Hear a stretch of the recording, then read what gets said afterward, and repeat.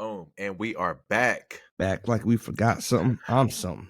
Bro, Crazy weekend, bro. crazy weekend. We'll get into that. And I'm so pissed right now with OU. I don't even got a shirt on. Man, Tom, I'll let you start this one off, Man, me start off. I am upset. I mean, it started off crazy. It feels like the Twilight Zone. You ever seen that? Welcome to the Twilight Zone. I've never seen it personally. Oh, man. After the first quarter, Austin Peay versus University of Tennessee. And Neelan starts off with a weather delay. Lightning within 5. No rain came, so people kind of just scared of the lightning. So they sat it out for a while. We sold out again. I think it's our 5th straight home game with a sellout crowd. How many? 101,915. Even though I think we put 102 flat, but yeah, 101,000 people crammed into a stadium, screaming the same thing to each other. Go Vols! But there was not a lot of Rocky Top being played this weekend. I'm kind of upset, but that's why we're here right now. Joe Milton, if you hear these stats right here, you would think it's a great game, right? 21 for 33, 228 yards, 2 touchdowns passing. We had a couple rushing touchdowns, 13 to 30. You'd think it's not a bad game, right? Right. You would think until you hear who the opponent was. Austin Peay. Who's that, you might ask? Austin Peay. That's a little school over in Middle Tennessee, not too far from Knoxville. Came over ready to play. Their coach, he showed up to show out, man. They started off the first quarter. It was 3-3. This makes me feel like I'm in the Twilight Zone because this can't be real, right? There's no way Austin Peay is up on Tennessee 6-3. What is going on? Going into the second quarter? It's crazy though, because I mean, when you think about it, it's like sometimes our teams take the week off, but you got to also remember that it is very hard to win, to go 1-0 each week. I mean, if it was such an easy task to be done year in, year out by everybody. So, yeah. And I take it as that. These schools show up, and you said it before, you're going to play your best game against these schools. It's like you go against Alabama, Georgia, you go against these big schools, they're going to play their best game. They came out with the game. First play was a double pass. Okay, cool. Stuff like that happens. And I think what happened with Tennessee is the fact that we were getting prepared for Florida mentally. All right. We were kind of overlooking Austin Peay. We didn't want to expose too many of our plays. We were going RPOs, we were going screens, and we'd just do the same thing over and over and over. And we look at the play. On the drive, we might have ran the same play 6-7 times, right?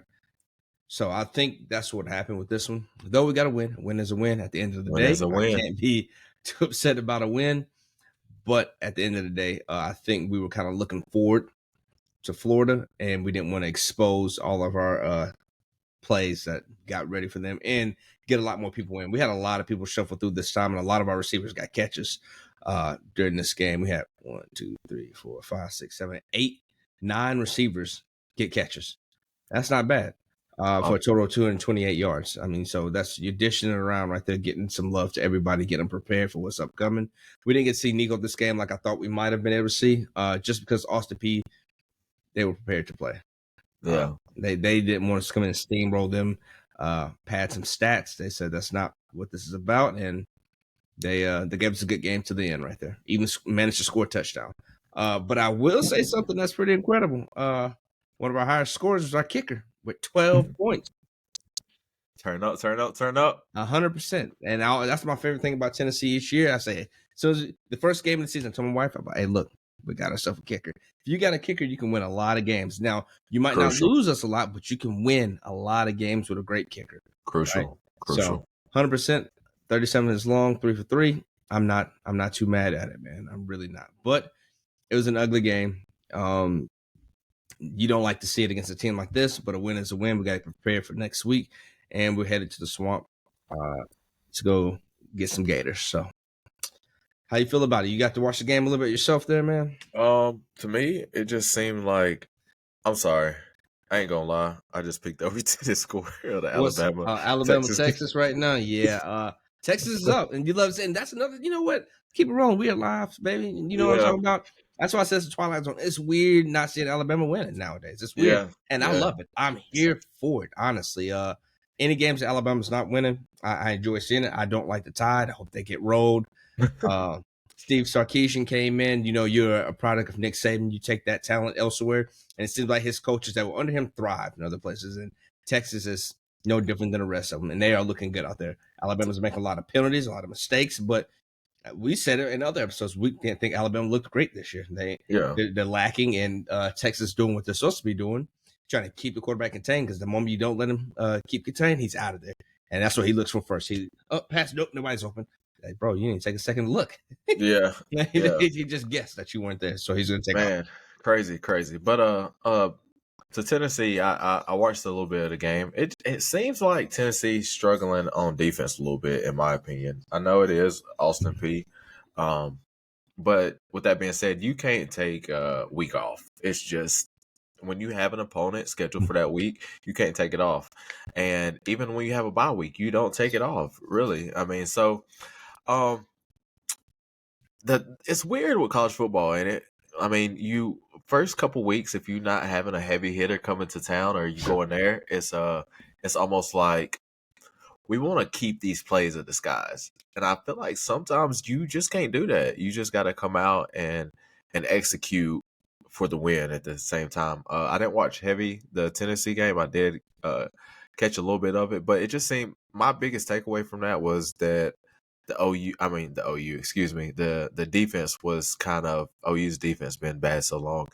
The defense was kind of a little lackadaisical, if you may add. I feel like the D line, especially in the interior, kind of they didn't get enough push from the point of attack, and I think that's a big thing, especially in the SEC, because I mean y'all play big boys down there in that Southeastern Conference. So that's just my biggest takeaway. I did see that Joe Milton started the game 1 for 8. I don't know how much of that was drop passes. I don't know how much was just the wrong reads or inaccurate passes, but that is something. It is something as a negative takeaway, I would say, whether it's on the quarterback or on the receivers or just simply on the line. I mean, it could be a different variety of factors. Kind of like a culmination of both. I feel like it kind of was right there. Joe, there were a few overthrows, a couple behind. Like he wasn't there. It seemed like his head wasn't ready for this game just yet.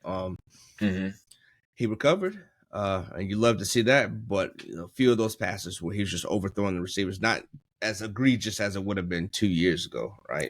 How it was, but it's just enough to where it's tipping off the fingers. And when you get to some of these other teams, you can't do that. You can't. Those end up with interceptions against quality DBs out there.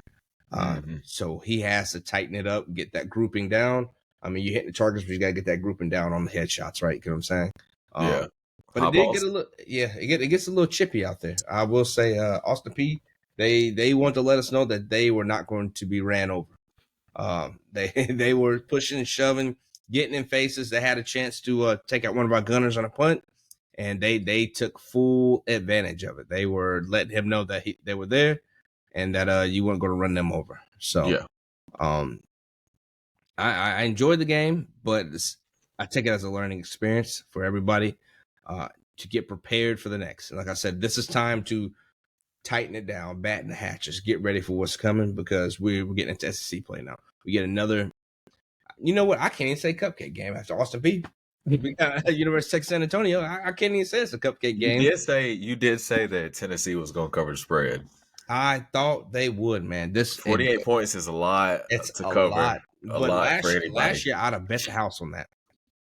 This ain't last year, though. That's the beauty of it. Yeah, it ain't last year. So, and we got a lot to see, a lot to mentally take in. But be prepared, Tennessee fans. Stop all the crying. I'm on the sites. I'm on the pages. I'm on the blogs. I'm listening. I'm looking. I understand your frustration. You need perfection, and that's what happens when our expectations are set way too high.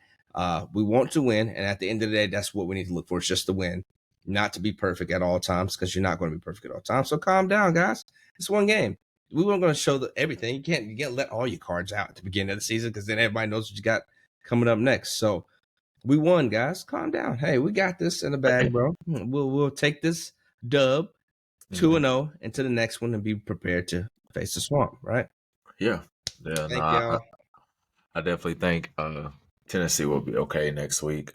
Just, a lot of things to clean up. It is only week 2, so, so is that the recap of Tennessee? Yeah, that's a good little recap right there. If you, like I said, 13-30, we finished off strong at the end of the game. They did score one touchdown the whole game. I'm not too upset with it. That's pretty good. I ain't yeah, gonna lie. yeah, I'm not too upset about it. So yeah, so Yeah, thanks for coming by, guys. Catch yeah, this recap.